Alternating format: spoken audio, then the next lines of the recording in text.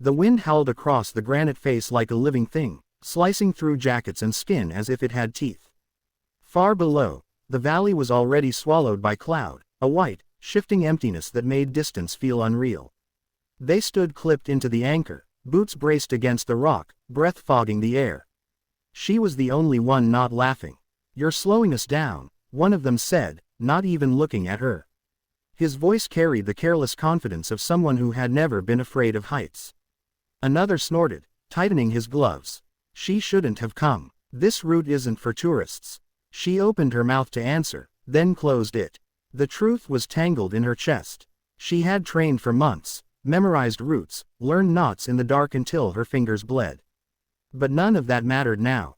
Out here, reputation weighed more than skill, and she was the outsider, the quiet woman who didn't brag, who didn't tell stories about past climbs over cheap beer.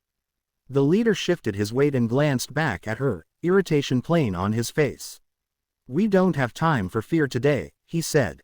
"Either move or get off the line." Before she could respond, before her mind could catch up to what was happening, there was a sudden shove. Not a violent strike, not dramatic, just a sharp push to her shoulder, enough to unbalance her on the narrow ledge. Her boot slipped, her hand clawed at the rock and missed. For a heartbeat, the world went silent. Then she was falling. The rope caught her hard, the harness biting into her hips as she swung free, spinning slightly in the open air.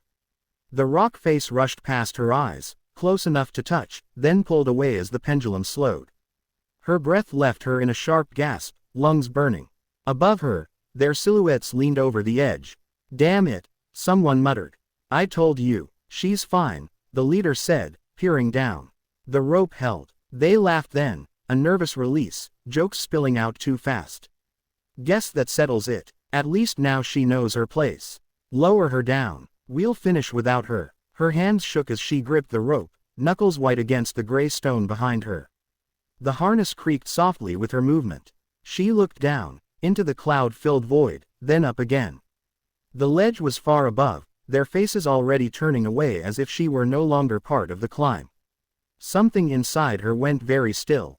Memories surfaced uninvited. Training alone at dawn, muscles aching as she repeated the same move again and again. The old instructor who had once said, "Fear isn't weakness. It's information. Learn to read it." She pressed her forehead briefly to the rock and inhaled slowly, counting the breath the way she had practiced 100 times before. "I'm not done," she said, though she wasn't sure they could hear her. The rope tugged as they began to lower her. She let it slide through her device for a moment, then stopped. The cliff around her was alive with texture, tiny cracks, edges sharp enough to hold a fingertip if you trusted them. Her eyes traced a line upward, not the main route they were on, but a harder, less obvious path that snaked diagonally across the face.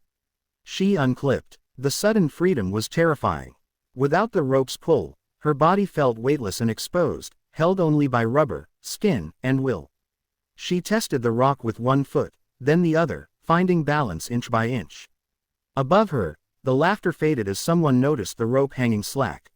"What is she doing?" a voice called down, sharp with disbelief. She didn't answer. She moved. Her world narrowed to the scrape of her shoes, the bite of cold stone against her fingertips, the rhythm of her breath. Each move demanded total focus. There was no room for anger, no space for humiliation. Only the next hold, and the next decision. The wind tugged at her hair, trying to pull her away, but she leaned into the mountain, trusting the friction she had learned to respect.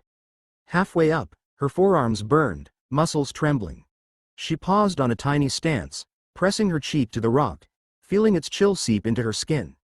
Below her was nothing. Above her, the ledge waited, small and distant.